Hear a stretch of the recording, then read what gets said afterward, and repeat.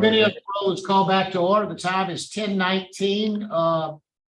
Our next case is going to be Mr. Brenden Jackson. Mr. Jackson, would you please give us your full name and DOC number? Brenden Cole Jackson, DOC number 724487. Thank you. Mr. Jackson, let me explain our process. This is a parole revocation hearing. I'm going to cover with you in a few moments your parole revocation questionnaire. Then I'm going to go over the allegations that allege the reasons why you're here before us today and allege that you violated your parole.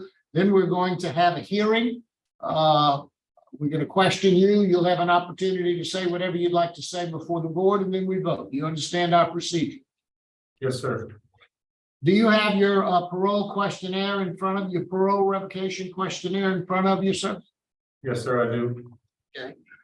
Would you take a look at the bottom? Is that your signature dated, it looks like May the 17th of 2023? Yes, sir, that's my signature. And now are all of those questions when you answered them accurate and correct? Yes, sir. And are they still accurate and correct today? Yes, sir. Okay. Are you ready to have your hearing this morning?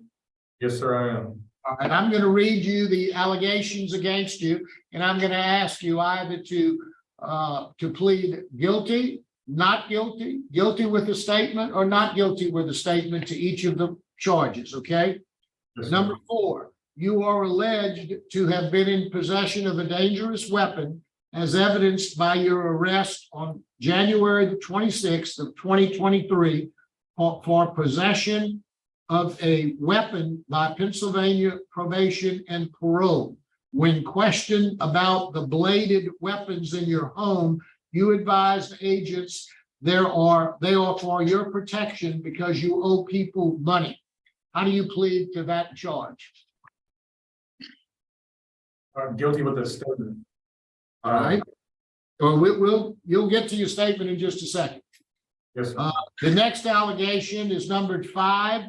You are alleged to have been in possession of a dangerous weapon as evidenced by your arrest of January the 26th, 2023 for possession of a weapon by Pennsylvania probation and parole. When questioned about the bladed weapon in your home, you advised agents they are for your protection because you owe people money. Looks to me like that's the same allegation, but Yes, sir. same plea, guilty with a statement. Yes, sir. Okay. Mr. Jackson, your case, is this your case? Mr. Jackson, your case has been assigned to Ms. Pearl Wise. She will begin our interview process. Would you answer any questions she may have? Yes, sir, I will. Good morning. Good morning. Go ahead and give us your statement at this time. All right, well, I wasn't asked about the bladed weapons. It was actually the baseball bat was what I said was for my protection. That's all it was. The machete was in the house. I was outside chopping wood the other day. They came, I let him in, I tried to be honest as I could with him, and he still arrested me. So I wasn't trying to hide anything. I wasn't trying to do anything that I wasn't supposed to. So you did say that it was for your protection because you owed somebody money. Yes, ma'am, I did, the baseball bat, but it sounds a lot worse than it really is, I promise you. It's a long story. We got time. Yeah, tell us. We got time. Good, I'm glad. Okay. Well, I had actually had a friend, well, he was supposed to be a family friend, working on, I had an old vehicle and he had put in some work on it and I didn't pay him on time. So he threatened me. And I just kept the baseball bat in my room, because he on several occasions he had come to the house beating on the door, said he was going to kick the door down. So I know that as a felon, I can't have a firearm. I should have read my parole packet a little bit better and I would have not had a baseball bat either, but I didn't, and I apologize. Now they sent us pictures of the 3 knives that they found, the 2 knives with all the tapes around it. The handle was broken on one of the knives, so I just taped it. I work construction, and what they deem a weapon and what I deem a weapon, I guess, are completely different. So that knife was a construction work knife? The one that I had, yes, ma'am, is just a pocket knife. I mean, I'm so used to working, and then especially being from Louisiana, I feel naked without a pocket knife. It's not, Yeah. I don't see that as protection or as a weapon or anything like that. Just, you know, you never know when you need it, you know?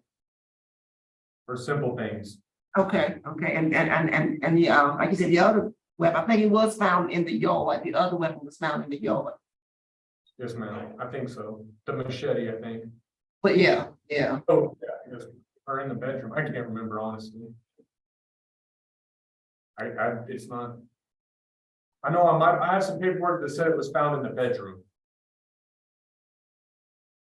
So one of your weapons, one of your tools, I guess we could call them tools, right? Based on your view, right? They were tools. Yes,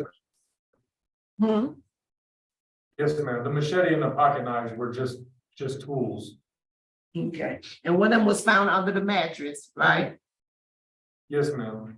The machete. I had just come in. I was in a rush, come in to eat dinner, and I just put it in. There was evidence I had an axe in the yard as well. I was chopping wood, you know, so I don't understand why he chose and picked which ones he wanted to write down as weapons and which ones he didn't. Okay. Do you remember ever having a conversation with your officer about knives being a weapon?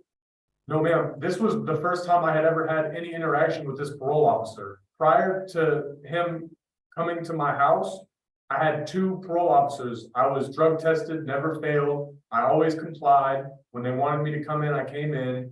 You know, I even had a permit to come back down to Louisiana from Pennsylvania for 2 weeks for Christmas.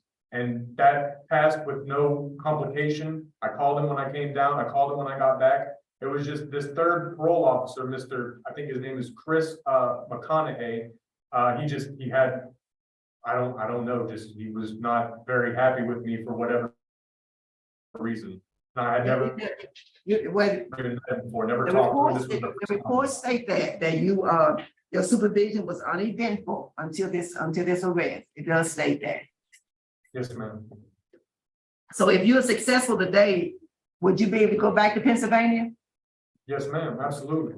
and live with your wife with Madison? Yes, ma'am. And we actually have a brand new daughter. She was born June 20th. Well, congratulations. Congratulations. Thank you. As well as my 7-year-old son. I can't forget him. And what about employment? Like I said, I've worked construction so long. I have so many connections up there that I can get a job almost in the first week, I can guarantee. Louisiana paid $5,967 to have you brought back here. If I need to, I can pay every penny back. That's all I have. Thank you. Jackson, let me ask you, where were you living? What was this, a house, an apartment? What was this? It's a trailer, but it's a double wide. It's not movable. You know, we have almost 6 acres of land. 3.5 of them are wooded. Okay, now I'm more interested in the house because my question is, you know, I understand maybe the knife for construction work. I understand the bat. Right. But you know, a machete in your bed. I mean, they found this machete in your bed. That's a little surprising to me or concerning to me. I mean, you were outside using, you know, I mean, I've got tools outside, but I don't put them in my bed, you know. So tell me why the machete was found in the bed between the mattress and the box spring or the spring. That was just where I assumed my son would not go and get it. Honestly, to be honest with you, I came in, my wife was cooking, I went to go change, I'm changing, it just was in my hand, you know, and I put it in between the box spring and the mattress, and that's just where I had left it. We went to sleep that night, and the next day, you know, this all transpired. So it had been between the mattress and the box spring overnight. It just wasn't, you just didn't stick it in there. Honestly, I forgot about it. No, sir, I didn't. I just getting lost in the actions, you know, eating dinner, watching TV. I had forgotten. Where do you normally keep the machete? Sir? Where do you normally keep that machete? In the garage. We have a separate 3-car garage, and that's where I usually keep. That's where the axe, you know, the machete, stuff like that goes, you know, where somewhere my son won't have easy access to. That's why I put it in my bed. I put it in between the mattresses so that he wouldn't find it. And that was careless on my part, and I Well, apologize. they said the handle was sticking out. It was obvious where it was. Right, That's concerning to me. I mean, I understand all of your other explanations, but it's concerning to me that there would be a machete, fairly long bladed machete, stuck in your mattress. Okay, that's all the questions. Jackson, any questions? How did your son, how was your son when you got arrested? my son was a year old when I was arrested. Originally, this time he's 7. No, what time, how was it when you got arrested on the parole? On this parole violation right here? Huh? Okay, he was 6 years old. He just turned 7 in March. Okay, all right, okay. All right, thank you. Thank you. Okay, Mr. Jackson, is there anything you'd like to say before the board votes? I think I've said everything I need to, you said. All right, thank you, sir. I recommend executive session, it's so confidential matter made in this case. Okay. There's been a there's been a motion for executive session in a second. Please call the roll. Tony Marabella. Yes, Earl Wise. Yes, Brenden Jackson. Yes. Mr. Jackson, there's been a request for executive session and a unanimous vote to go into executive session. We're going to be at a short recess to discuss matters of a confidential nature. We will return momentarily with our decision. Thank you, sir.